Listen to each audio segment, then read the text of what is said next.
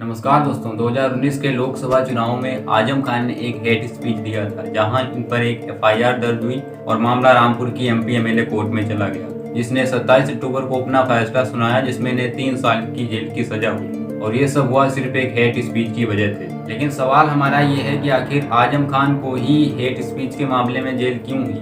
क्या और भी जो नेता हैं वो हेट स्पीच नहीं देते? लेकिन उन पे कोई एफआईआर वगैरह दर्ज नहीं हुई, ना ही उन्हें कोई जेल हुई। तो आइए आज की इस वीडियो में जानते हैं हेट स्पीच के बारे में। हेट स्पीच यानी कि नफरती भाषण, जो हमारे देश के लिए एक बहुत बड़ी चुनौती बन चुके हैं। ये सिर्फ ना हमारे देश के लिए बल्कि यह पूरी दुनिया के लिए खतरा बन चुका है, क्योंकि इन्हीं हेट स्पीच की वजह से जातिवाद, नस्लवाद, संप्रदायवाद, दंगे और फसाद को बढ़ावा मिलता है। माइनॉरिटी और मेजॉरिटी के बीच की दूरियां भी बढ़ती हैं। हमारे देश में हेट स्पीच की कोई ऑफिशियल डेफिनेशन नहीं है। किसी भी कानून में हेट स्पीच को डिफाइन नहीं करा गया है। लॉ कमीशन की 267वीं रिपोर्ट के अकॉर्डिंग अगर कोई स्पीच लिखित रूप में या संकेत के थ्रू या बोलकर दिया जाता है जो किसी एक पार्टिकुलर कम्युनिटी को हिंसा के लिए भड़काता है या उनमें डर या घृणा का माहौल बनाता है, तो ऐसे स्पीचेस को हेट स्पीच माना जाएगा। अब आखिर ये हेट स्पीच देता कौन है और किन लोगों को इससे फायदा होता है? पहले आप ये कुछ वीडियो देखिए। जहां जहां ये आपको दिखाई दे, मैं कहता हूं अगर इनका दिमाग ठीक करना है, इनकी तबीयत ठीक करनी है, तो एक ही इलाज है, वो है संपूर्ण बहिष्कार। आप इस बात से सहमत हो? हाथ खड़ा करके बोलो सहमत हो, और मेरे साथ बोलो हम इनका संपूर्ण बहिष्कार करेंगे। वीडियो में बीजेपी सांसद मुसलमानों के खिलाफ बोल रहे हैं। वे कहते हैं अगर इनका तबीयत और दिमाग ठीक करना है तो इनका संपूर्ण बहिष्कार कर दो, इनकी दुकानों से कोई सामान ना खरीदो और इनको कोई मजदूरी ना दो। एक तरह से ये मुसलमानों के इकोनॉमिक बायकॉट की बात कर रहे हैं। तो ये भी एक हेट स्पीच हुआ, लेकिन इन पे एफआईआर दर्ज करने की मांग की गई तो एफआईआर को डिसमिस कर दिया गया। 2021 में दिसंबर महीने में हरिद्वार में एक धर्म संसद हुई थी, जहाँ पे कई हिंदू संत आए हुए थे। उन्होंने ऐसे ऐसे भाषण दिए जिन्हें आप एक बार सुन लें। जबकि भारत का पीएम संसद में बोलता है कि राष्ट्रीय संसाधनों पर सबसे पहला जो हक है वो है इस्लाम के मानने वालों का।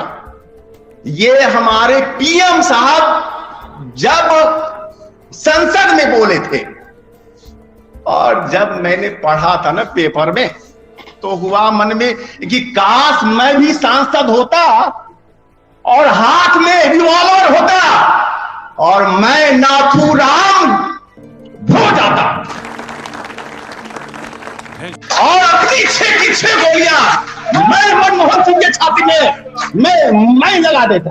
2007 में मनमोहन सिंह ने एक बार पार्लियामेंट में कहा था कि इस देश के नेशनल रिसोर्सेज पे सबसे पहला अधिकार यहाँ के माइनॉरिटीज का है। तो उस पे बिहार के धर्मदास महाराज ने कहा कि अगर मैं उस समय संसद में होता और मेरे पास रिवाइवल होता तो मैं नाथूराम गोडसे बन जाता। तो साफ बात है कि यहाँ पे ये एकदम मारने की धमकी या मारने जैसी बातें ही कर रहे हैं। अन्नपूर्णा माँ का भी आप बयान सुन लीजिए, जो कि हिंदू और मुस्लिम मरने मारने जैसी बातें कर रही हैं। इतनी अपनी आबादी को आगे बढ़ाए और मार दे। इनकी जनसंख्या को अगर खत्म करना है तो हम मारने को तैयार है, जेल में जाने को तैयार है। अगर हम 100 सैनिक बन गए और इनके 20 लाख भी मार दिए हमने, तो हम विजयी हैं, हम जेल में जाने को तैयार हैं। चल। यति नरसिम्हानंद, जो कि अपने बयानों को लेके पहले से ही काफी बदनाम रहे हैं, कहते हैं कि अगर इस देश में कोई मुस्लिम पीएम आ गया तो अयोध्या का मंदिर तुड़वाएगा। मुस्लिम नेता मौलाना तौकीर रजा कहते हैं कि अगर मेरा नौजवान जाग गया तो इन्हें हिंदुस्तान में कहीं पनाह नहीं मिलेगी।